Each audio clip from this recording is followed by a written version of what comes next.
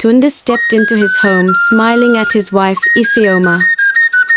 "My mother just found a nanny for us," he announced.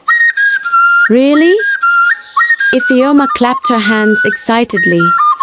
She quickly picked up her phone to call her mother-in-law, Mrs. Chizoba, to express her gratitude. "She will be coming first thing tomorrow morning. Give her all the support she needs and make her comfortable. I don't want to hear any complaints," Mrs. Chizoba warned. Ifeoma danced happily and informed her office that she would be resuming work next week. But the woman that knocked on her door the next morning and introduced herself as Auntie Ngozi was not at all the person Ifeoma had expected. Auntie Ngozi, as she called herself, was an older woman in her 60s. Ifeoma frowned slightly. "How can Mama send someone this old to babysit my baby, Chica?" she wondered. "Welcome, Auntie," Ifeoma greeted respectfully. Auntie Ngozi refused to sit down despite Ifeoma's numerous pleas. She insisted on taking a bath and settling in first, clutching a large mysterious bag that she did not allow Ifeoma to touch. With no choice, Ifeoma led her to her room. 2 hours later, Auntie Ngozi emerged, smiling. "Where is the baby?" she asked warmly. Ifeoma handed Chica over and went to check on what was cooking. Auntie Ngozi quickly pulled out a black cream hidden in the folds of her wrapper and rubbed it all over Chica's body. When Ifeoma returned, she wrinkled her nose. "What is that smell?" Auntie Ngozi frowned. "What smell?" "I only applied a local ointment I use for my feet when I walk too much." Unconvinced, Ifeoma took Chica from her and lied, "I need to buy something down the street." Outside, she called her husband. "Honey? The nanny is here. But I don't like her." Tunde sighed. "What do you mean? Do you know what it took my mother to convince her to come and raise our first child? Better accept her because I won't tolerate any disrespect. Or are you now ready to stop working and take care of him yourself?" Ifeoma sighed and ended the call. When she got home, Auntie Ngozi was unusually cheerful. She put Chica to sleep instantly. Later that evening when Tunde returned, he was pleased to see his mother's best friend. "You know her?" Ifeoma asked, surprised. "Yes, she's Mama's childhood friend," Tunde said happily. Ifeoma felt uneasy. How could her mother-in-law send her best friend, a woman who had never married or had children, to babysit her grandson? Days passed, and Ifeoma resumed work, but she soon noticed that Chica was always asleep whenever she returned. He slept all night and wouldn't even wake up to breastfeed. Ifeoma tried waking him up, but he remained drowsy. One afternoon, she returned home unexpectedly to retrieve some documents. Loud drumming echoed from her house. Alarmed, she tiptoed toward Chica's room. Peering inside, her heart sank. Inside, several elderly women, dressed in strange garments, danced around Chica, who lay in a large bowl, filled with murky water. Ifeoma burst into the room, but everything vanished instantly. "Is something wrong? Why do you look like that?" Auntie Ngozi asked, looking offended. "Where are they? Where is the drumming?" Ifeoma demanded, grabbing Chica. "Who? What are you talking about?" Auntie Ngozi asked innocently. Ifeoma ran outside, cradling her baby, and called Tunde, crying, "Honey, you need to come home now. I saw some people in our house." Meanwhile, Auntie Ngozi had already called Mrs. Chizoba to report Ifeoma's disrespect. Mrs. Chizoba, furious, called Tunde and berated him. "Control your wife. Why is she being rude to an elder? If you can't handle her, I will." When Tunde arrived, he was livid. "Stop going to work, Ifeoma. Call your mother to come care for the child if you don't want Auntie Ngozi," he shouted. "Apologize to her now." Tears streamed down Ifeoma's face. She was her parents' only surviving child. They had sacrificed everything for her education. Her father was an amputee, and her mother had suffered a stroke. Ifeoma needed to work to support them, but she also feared for her child. I saw women in Chica's room playing strange drums, she tried explaining. A stinging slap silenced her. Stop this nonsense. Apologize or leave my house, and you're not leaving with my son. Shaking, Ifeoma dropped to her knees. Forgive me, Auntie Ngozi, for being disrespectful. Auntie Ngozi smiled and forgave her. That night, Ifeoma grew more suspicious. Chika felt unusually cold. Something is wrong, she whispered, tears in her eyes. At work, she confided in her colleague Mrs. Uche. If you're uncomfortable with your nanny, send her away. Mrs. Uche advised. I can't, Ifeoma admitted. Then get a hidden camera, Mrs. Uche suggested. Ifeoma left work early, bought a camera and installed it in Chika's room. As she tried to open Auntie Ngozi's door, she heard a voice from inside say, Push harder, it's not locked. But outside, Auntie Ngozi was rocking Chika to sleep. Who was inside? Trembling, Ifeoma switched on her phone camera and pushed the door open, but Auntie Ngozi was suddenly behind her with Chika. Why are you snooping around my room with a camera? Auntie Ngozi demanded. Startled, Ifeoma dropped her phone. Auntie Ngozi stormed into her room and locked the door. Shaken, Ifeoma ran to check on Chika. He was sound asleep. Am I imagining things? She wondered, crying. That night, Chika cried for hours. Auntie Ngozi never came out, despite Tunde knocking several times. Now even Tunde grew uneasy. How can she sleep through this noise? And why does she lock her door? He murmured, pacing. Finally, he whispered to Ifeoma. Maybe you were right. Let's watch her closely. Something is wrong. They didn't realize Auntie Ngozi was behind them, holding a small object and whispering incantations to keep Chika crying. Tomorrow, apply for sick leave, stay home. Let's see what's really happening here, Tunde said grimly before leaving for work. Ifeoma knew that whatever was happening in their home was only just beginning. The next morning, Ifeoma feigned illness and stayed home while Tunde left for work as usual. She remained in her bedroom, pretending to rest, but her heart pounded as she watched the live feed from the hidden camera on her phone. At exactly noon, the house grew eerily silent. Chika, who had been crying all night, now lay perfectly still in his crib. Auntie Ngozi entered the room, glancing around cautiously. Ifeoma held her breath as she watched the old woman pull out the same black ointment from her wrapper and rub it over Chika's small body.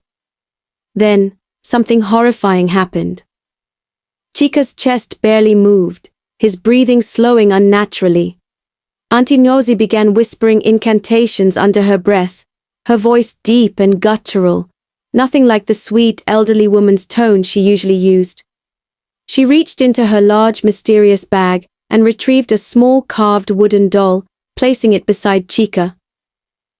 Ifeoma felt a surge of terror. She bolted up from the bed and burst into the nursery, her phone still recording. What are you doing to my child? She screamed, snatching Chika from the crib. Auntie Ngozi turned slowly, her face eerily calm. You shouldn't have interrupted me, Ifeoma, she said, her voice carrying an unnatural echo. Ifeoma backed away. Tunde will hear about this. I have everything recorded. Auntie Ngozi let out a chilling chuckle. You think your husband will believe you? Haven't you noticed? He is already under my influence, just like his mother. The moment I stepped into this house, I bound them to my will. Ifeoma's blood ran cold. At that moment, the front door swung open. Tunde had returned unexpectedly, worry written all over his face. What's going on here? He demanded. Ifeoma held up her phone. Watch this.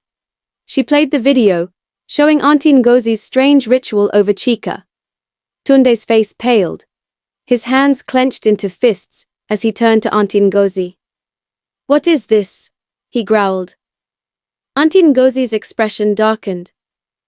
"You are not supposed to see this yet, Tunde. Your time hasn't come." Before they could react, she grabbed the small wooden doll and whispered something under her breath. Instantly, Tunde's eyes rolled back, and he collapsed to the floor, motionless. Ifeoma screamed. With adrenaline coursing through her veins, she grabbed the nearest object, a framed photo, and hurled it at Auntie Ngozi.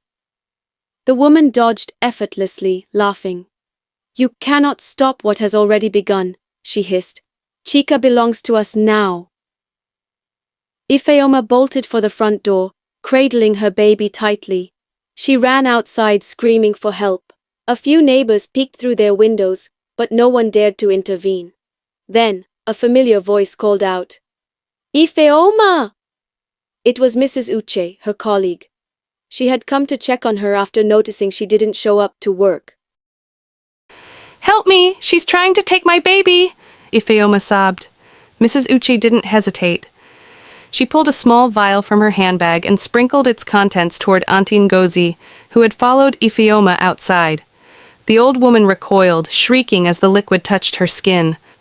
Her eyes turned black, and for a brief moment her form flickered, her once frail body twisting into something darker, something unnatural. "You dare interfere?" Auntie Ngozi hissed, her voice no longer human. Mrs. Uche stood her ground. "I know what you are," she said firmly, "and I know how to stop you." Ifeoma clutched Chika tighter. "What's happening? Who is she?" Mrs. Uche didn't take her eyes off the old woman. "She is an Ajo Nwanyi, a dark spirit that preys on the innocent. She was never your husband's aunt. She tricked her way into your home." Auntie Ngozi let out an unearthly growl. "You will regret this, both of you." But Mrs. Uche reached into her pocket and pulled out a small, white stone. She muttered something in Igbo, and the stone began to glow faintly. A sudden wind whipped through the compound, carrying a deep, guttural wail, as Auntie Ngozi clutched her chest, staggering backward. Her body twisted again, and then, with a final, piercing scream, she vanished into the air, leaving behind only the faint scent of burning herbs.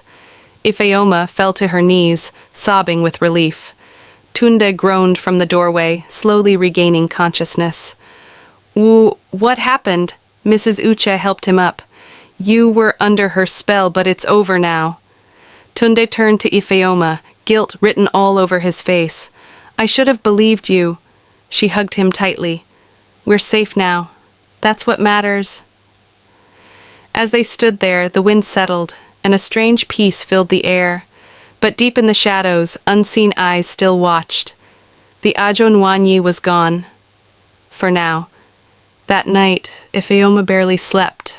Every creak of the house sent her heart racing. She kept Chika close, watching him breathe, afraid that Auntie Ngozi, or whatever she truly was, might return. Tund, shaken and ashamed, held her hand. "I should have listened to you sooner," he murmured. Ifeoma sighed. "It's not your fault.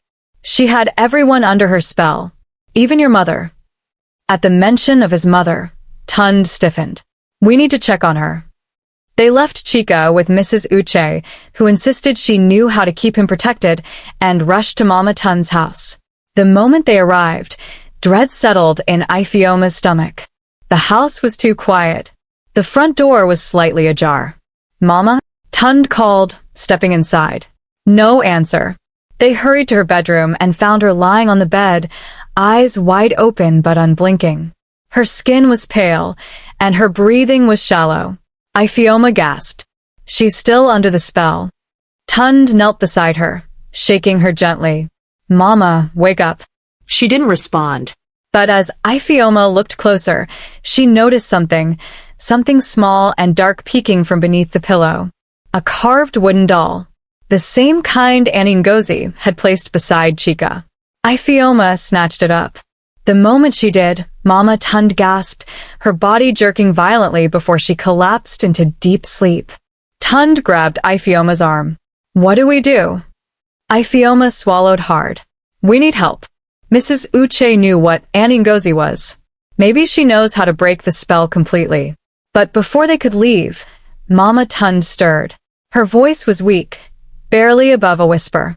She's not gone. Tund froze. What?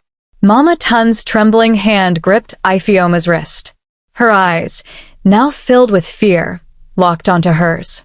She was never alone. The air in the room grew heavy. The shadows in the corners seemed to shift. Then a whisper, cold and taunting, filled the space around them. Did you really think it would be that easy? The lights flickered, and the nightmare began again. Ifeoma's breath hitched. The whisper slithered through the room like a cold breeze, sending chills down her spine. Tund gripped her hand tightly as the lights flickered violently, casting eerie shadows on the walls. Mama Tund trembled, her gaze darting around in terror. She's still here, and she's not alone. A chilling laugh echoed from the darkness. Then, from the far corner of the room, Auntie Ngozi stepped forward. But she was no longer the frail old woman they had known. Her skin seemed stretched, her eyes sunken, and her smile, too wide, too unnatural, curved in a way that sent pure dread into Ifeoma's heart. You shouldn't have interfered, Ifeoma, she crooned, tilting her head. Chika belongs to us. Your mother-in-law does too. And soon so will you. Tund stood protectively in front of Ifeoma, his fists clenched. You won't touch my family. Auntie Ngozi let out a sharp, guttural sound, half laughter, half snarl. Brave words, she said, lifting her hand. The air crackled with unseen energy. Tund suddenly gasped, his body going rigid. Ifeoma watched in horror as his eyes rolled back, just as they had earlier. No, she cried, grabbing him as he swayed. Auntie Ngozi took a step forward, but suddenly, a voice rang through the room. Not another step. Mrs. Uche stood in the doorway, holding up a small vial of thick, golden liquid. Auntie Ngozi hissed, her body recoiling at the sight of it. You. Mrs. Uche's expression remained firm. You have tormented this family enough. She uncorked the vial and flung its contents toward Auntie Ngozi. The moment the liquid touched her, Auntie Ngozi let out an ear-splitting scream. Her skin sizzled and cracked as a dark, inky mist seeped from her body. The air filled with the smell of something old and rotten. And oh, she shrieked, clutching her face as the mist around her thickened. Then, with a final, piercing wail, she vanished into the darkness. The room fell eerily silent. The air felt lighter. The shadows no longer shifted. Ifeoma turned to Tund, shaking him gently. His body sagged as his eyes slowly fluttered open. Ifeoma. His voice was hoarse, confused. Tears welled in her eyes. You're back. Mama Tund stirred as well, blinking as though waking from a long, heavy sleep. What happened? Mrs. Uche exhaled deeply. She's gone. Vanished. But you must be careful. Dark forces don't disappear forever. They only wait. Ifeoma nodded, clutching Chika tighter in her arms. The nightmare had ended, but the scars remained. And somewhere, in the unseen corners of the world, something still watched, still waited. But Ifeoma knew one thing for sure. Her family was safe.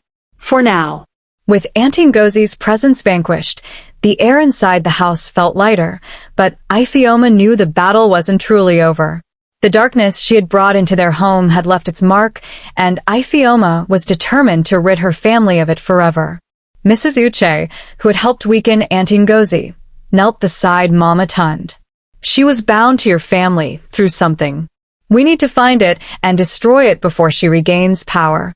Mama Tund gasped as if remembering something. Trembling, she pointed toward the wooden doll that had been left in Chika's crib. That thing. My mother gave me something just like it when I was a child. I never questioned it. Mrs. Uche's eyes darkened. That's it. That's her anchor to your bloodline. Tund picked up the doll with disgust, its carved features now twisted, as though writhing in agony. The room grew colder as whispers filled the air. Quickly, Mrs. Uche instructed. We must destroy it in fire, but not just any fire. We need a purification ritual. She led them outside, where Ifeoma gathered dry wood while Tund poured salt and blessed palm oil over the doll. Mama Tund wept softly, realizing how deep the connection had run. As the flames crackled to life, Mrs. Uche began chanting prayers of protection, calling on their ancestors and the divine to sever the evil ties. The moment the wooden doll touched the fire, a piercing scream echoed from nowhere and everywhere at once. The wind howled violently, and the flames burned blue and white, consuming the cursed object completely. A dark mist rose from the fire, swirling in agony before dispersing into nothingness. Then silence. A sense of peace settled over them, like a weight lifted from their souls. Ifeoma could feel it. Auntie Ngozi was truly gone. Mrs. Uche turned to the family.